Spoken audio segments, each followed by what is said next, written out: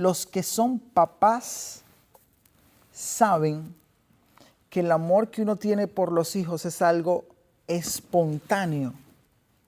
A nosotros nadie nos pagó para amar a nuestros hijos. A nosotros nadie nos dio un curso de amor por nuestros hijos. Eso fluye naturalmente. Daríamos la vida por los hijos.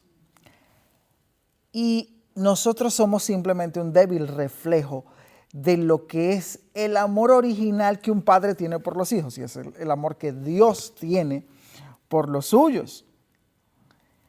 Y el salmista aquí va a decir además, ¿por qué el Señor nos ama de esa manera? Como un padre que se compadece por los hijos. ¿Por qué razón el Señor nos ama así? Dice el versículo 14, es que Él conoce nuestra condición y se acuerda que somos polvo. Wow, es decir, el Señor sabe que nosotros nos hallamos en una condición desfavorable, bien particular. La Biblia utiliza muchas diferentes formas para describir esa condición nuestra vulnerable. Y si yo les preguntase, seguramente ustedes se les vendría a la mente diversas figuras.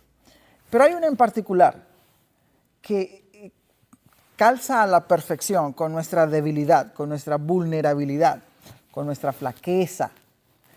Y es la de nosotros como ovejas. Por eso llamaba la atención yo a la línea de la canción. Ese bondadoso y fiel pastor. El Salmo 100, el versículo 3 dice que nosotros debemos reconocer que Jehová es Dios, que Él nos hizo, no nosotros a nosotros mismos. Y dice el salmista, pueblo suyo somos y ovejas de su prado. Nosotros formamos parte del pueblo de Dios. Y la Biblia nos dice, somos ovejas del prado de Dios. Él es el gran pastor y nosotros somos las ovejas de ese prado. Ahora,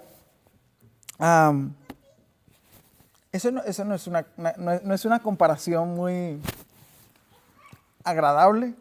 Si nosotros nos dijeran, bueno, te damos la opción de que te compares con un animal, ¿sí? que sirva de representación tuya, que sirva como tu símbolo.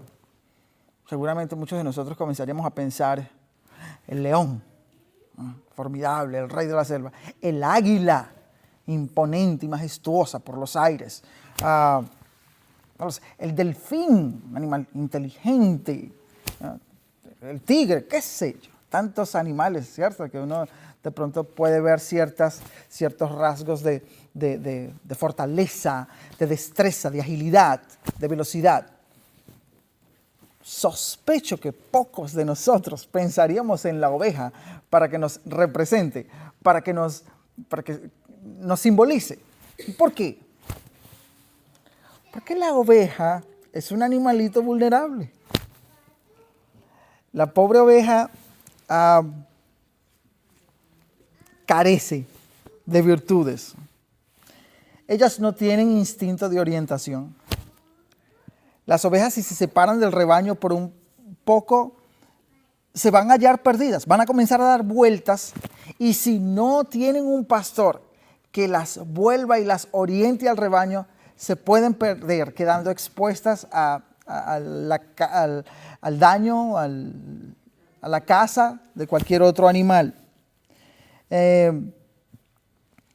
Esa lana de las ovejas crece constantemente y eso las vuelve vulnerables. Algunas de ellas, la lana les llega a crecer tan pesadamente que un tropiezo de esas ovejitas se cayeron y no logran levantarse, no pueden ponerse en pie nuevamente por la cantidad de lana. Son unos animalitos que tienen una visión muy deficiente. Se dice que cuando ven el agua que corre rápidamente, se asustan porque no logran discernir qué es lo que avanza tan rápidamente. Ahora, si hay una virtud que se le puede rescatar a las ovejitas, ¿cuál piensan ustedes que sería? ¿La han oído de pronto? ¿Qué tiene de ventajoso la oveja? Se dejan guiar. ¿Por qué se dejan guiar? ¿Ah? Sí, pero ¿cuál es el medio que ellas usan en ellas?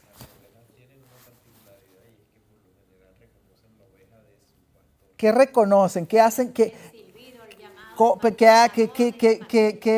sentido de ellas hacen uso para ese reconocimiento? Ajá, el oído, escuchan. Tienen un oído brillante. Son capaces de identificar sonidos bien particulares y por eso es que llegan a desarrollar la capacidad de identificar la voz del pastor que ellas entienden que es su pastor. Por eso el Señor más adelante diría en Juan capítulo 10, mis ovejas oyen mi voz y me siguen. Ese es el símil que la Biblia presenta con nosotros. Nosotros tenemos la mala costumbre de familiarizarnos con las verdades bíblicas. Escuchamos el Salmo 91, el que habita el abrigo de Dios morará bajo la sombra del Omnipotente. Y como lo hemos escuchado tanto, pues ya es un salmo que a veces no nos llama tanto la atención. Juan 3:16, porque de tal manera amó Dios al mundo que ha dado a su Hijo unigénito para que todo aquel que no cree no se pierda, mas tenga vida eterna. Son verdades con las que nos familiarizamos y pareciera que llega el punto en que esas verdades ya no calan en el corazón con un impacto particular. Pero eso no está bien. Nosotros debemos permanecer meditando en las verdades del Señor para que éstas continúen haciendo efecto en nosotros, porque toda la palabra de Dios es viva y eficaz. Así que yo les invito esta tarde, si tienen sus Biblias, vayan conmigo al Salmo 23, que es un salmo conocidísimo, pero que es posible que nosotros, por la familiaridad nuestra con el Salmo 23, a veces como que, no voy a leer el Salmo 23 porque. Pero lo cierto es que el Salmo, ¿perdón? Sí, qué bueno. Qué bueno. Ese es el deber. Ese es el deber. Vamos a detenernos en el Salmo 23 por unos minutos. Tomándonos de la mano del himno que cantamos día en día. Cristo está conmigo, me consuela en medio del dolor. Ese Salmo 23 es una preciosa declaración de confianza. Una declaración de confianza. El salmista David está proclamando allí quién es Dios para él y lo que representa Dios para él en medio de la vida y los contratiempos que esta vida terrenal puede ofrecernos. Casi todos nosotros conocemos el Salmo 23. ¿Cómo comienza? Jehová es mi pastor, nada me faltará. Ese es el versículo 1. ¿Sí? Jehová es mi pastor y nada me faltará. Acuérdense que leímos en el Salmo 103 que el Señor conoce nuestra condición. Él sabe que somos polvo. Él sabe que nosotros somos como esas ovejas, torpes, vulnerables, casi ciegas. Fácilmente perdemos el rumbo. Y el salmista comienza diciendo, si el Señor conoce mi condición, pero Él es mi pastor, el Dios creador de los cielos y la tierra, es quien me llevará y quien me va a cuidar, quien me va a proveer esa compasión. El versículo 2 dice cuando dice ahí mismo en el versículo 1, nada me faltará, Jehová es mi pastor, nada me faltará. Esa frase, nada me faltará, es interesante Porque esa expresión allí no significa que yo no voy a carecer de todo lo necesario para cumplir mis anhelos y propósitos. No. Esa frase lo que significa es que si el dueño del universo es mi pastor, la carencia es imposible en aquello que es necesario para mi vida. Yo no voy a carecer de aquellas cosas que son necesarias para la esencialidad de mi vida. No para yo gastar en deleites y placeres temporales, sino que todo aquello que yo verdaderamente requiero, mi pastor me lo suplirá. El Señor, que es mi pastor, me lo va a proveer. El versículo 2 dice que por lugares de delicados pastos Él me va a hacer descansar. Junto a aguas de reposo me pastoreará. Nosotros leemos un texto como ese y pensamos, wow, el Señor nos toma y nos lleva a prados verdes, abiertos, porque esos son los lugares de delicados pastos. Pero el judío del tiempo de David no visualizaba ese versículo de esa manera. Porque la verdad es que en Israel los espacios verdes, como nosotros en Occidente tal vez podemos conocer, son muy escasos. Los pastores tenían que buscar aquellos pequeños lugares muy escasos donde había pastos verdes para allí llevar al rebaño. Y la idea es que el Señor se encargará de, en medio de este andar terrenal, brindarnos ese reposo, porque Él conoce nuestra condición. Él sabe que somos ovejas necesitadas de descanso. El mundo es árido. El mundo es pesado muchas veces. El andar, el transitar, genera un cansancio que uno dice, ¿cuándo vendrá un tiempo de respiro? Descansemos en el Señor. Él es nuestro pastor. Nada nos va a faltar. David dice que en medio de esa experiencia del Señor procurando esos pastos verdes, Él va a confortar nuestras almas. Dice el versículo 3, confortará mi alma y me guiará por sendas de justicia. No es una tranquilidad externa necesariamente. Es que Él nos va a brindar la paz interior que nos brindará confort, que nos brindará tranquilidad, que nos brindará paz. No necesariamente será en los pastos verdes.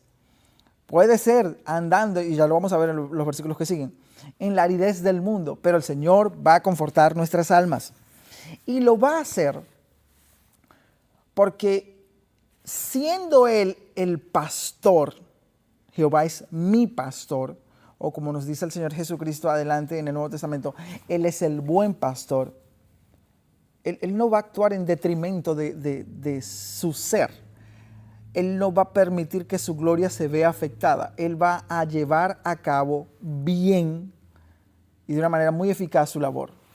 Por eso el versículo 3 termina diciendo, nos va a guiar por sendas de justicia por amor de su nombre. Es la gloria del Señor la que está en juego y que no se va a ver afectada. El Señor no faltará a su palabra del cuidado que Él tendrá por nosotros.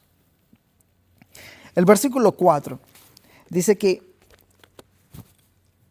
aunque ande en valle de sombra de muerte, no temeré mal alguno, porque tú estarás conmigo. Otra vez es interesante ese versículo, porque esa sombra de muerte, ese valle, no es una metáfora abstracta. Es muy posible que David esté haciendo referencia a un lugar específico real dentro de Israel.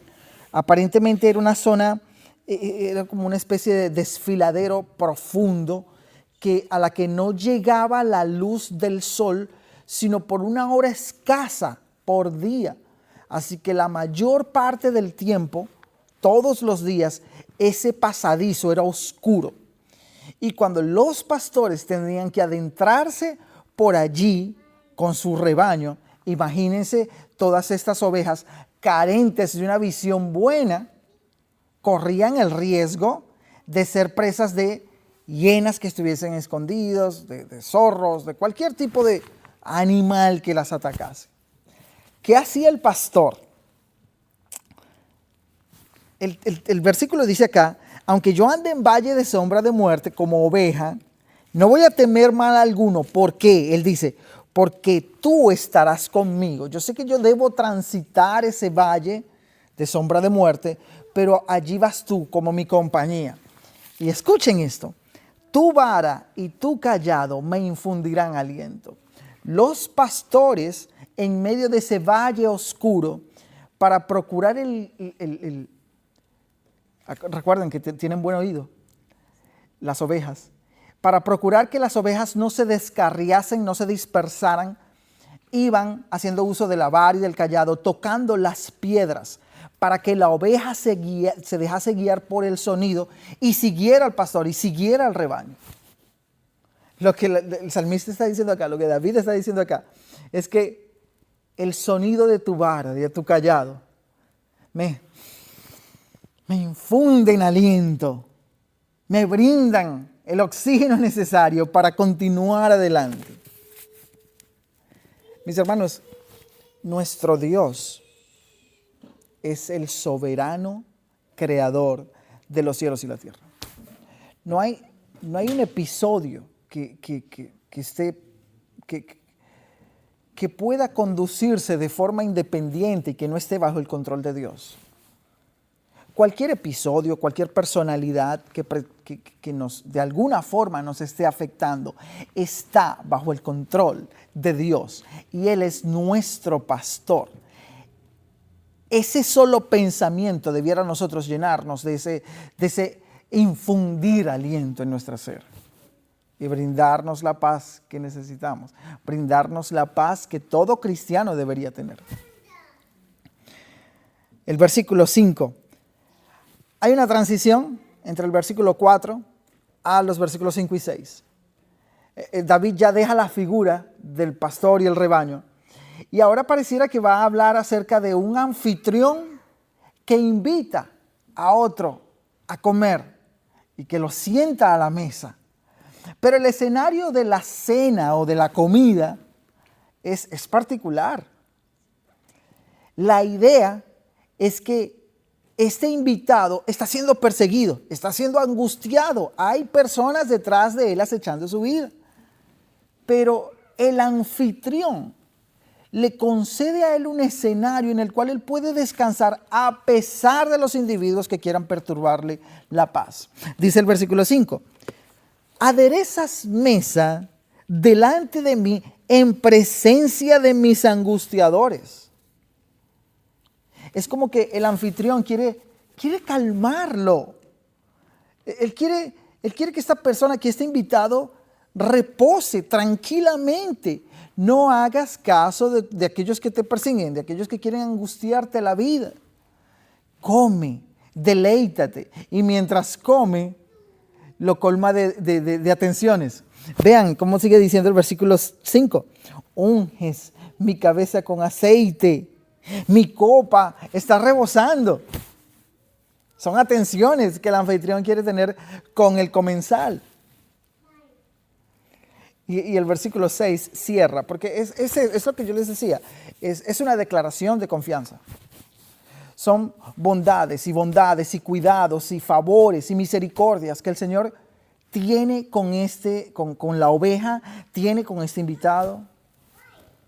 Yair decía al principio del servicio, hoy es un buen día, como el último día de oración de este año, hoy es un buen día para que nosotros recordemos las bondades de Dios. Mira, mis hermanos, sea que hayamos estado conscientes o no, Dios a lo largo de este año nunca, ni un solo día, dejó de ser el pastor de nuestras almas. Ni un solo instante Dios dejó de tener cuidado de nuestras vidas. Él siempre estuvo allí Porque Él conoce nuestra condición, Él sabe que somos polvo. El problema lo tenemos nosotros cuando creemos pecaminosamente, incrédulamente, que Dios se ha olvidado de nosotros.